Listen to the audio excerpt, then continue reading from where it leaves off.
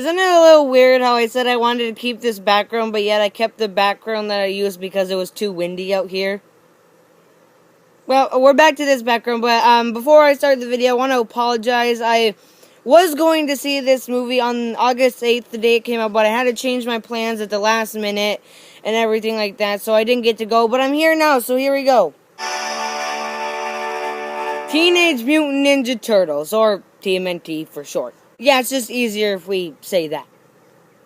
But Teenage Mutant Ninja Turtles, or TMNT, which I said we were going to use, but Teenage Mutant Ninja TMNT is about April and how she's just trying to get a better news story because she's only got the little things, and then she finds out that there is this vigilante. At the time she only thinks it's one, but she's trying to prove that he exists, and he is beating up the Foot Clan, which have scared the people of New York and things like that. And then she's just trying to prove that he exists and things like that. And then she finally runs into all the four turtles. And then we have our story, which is the classic Teenage Mutant Ninja Turtle story. Even though it kind of isn't. Because they changed their origin story. Why would you do that? It was such a simple story. The turtles were there, mutagen fell on them, and they were trained by Splinter, and that's it. You didn't have to go into way detail to where it takes 25 minutes to explain, okay? And the origin story just didn't work. And one of the reasons why it didn't work is because Splinter learned all of his martial arts skills from a book, and then he had to train the turtles from that book and things like that. Why would you do that? That makes Splinter no better than any of the four turtles. So when he goes up against Shredder, like half the time when Splinter goes up against Shredder, they're like, oh, Shredder's toast, Splinter's gonna just beat him up and things like that. I didn't feel that way, and I liked feeling that way about Splinter because you really felt like he was a good leader and things like that. But then they go and do that. Splinter is no better now than any of the four turtles, so how would he be able to be a leader when he's no better than them? So it really isn't the classic Teenage Mutant Ninja Turtle story. And also, Shredder didn't really have a lot of character development. It was just like, here's this guy who just has a scratch on his face because it's not like, you know, he got his face scratched by a rat or anything. Give him an Iron Man suit, put some blades on there, you have Shredder, that's it. I'm not saying that the blades and stuff weren't cool. I'm just saying that there was really no character there.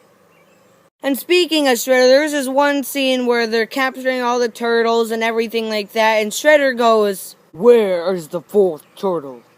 And the foot soldier says, "He is dead, sir." Oh, okay.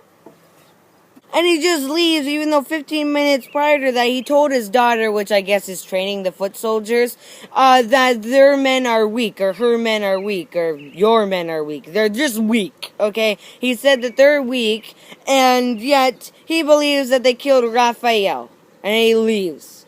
That makes a lot of sense.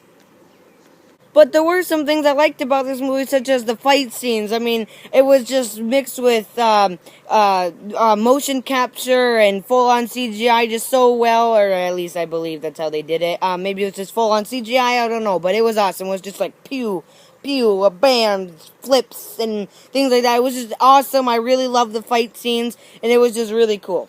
Another thing I liked was the scene with where they're driving the semi-truck with the trailer, and then the foot soldiers are chasing them, and they're going down a hill and things like that. I really loved that scene. It was just like going all over the place. They were just flipping, and it was just awesome for me. I don't know if any of you guys feel that way. Just for me, I really like that scene.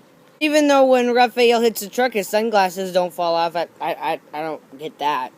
But anyways, I am going to rate Teenage Mutant TMNT. I'm going to rate it a 7.5. Oh, and if you're wondering why I put the applause and stuff in there, because it's kind of a lower rating, anything lower than a 7 gets a boo and things like that. But so this is higher than that, so we put the yay in there. So well, I hope you enjoyed my review of Teenage TMNT. I hope you enjoyed my review of TMNT. Please subscribe over here. Please comment. Please like. And later, guys.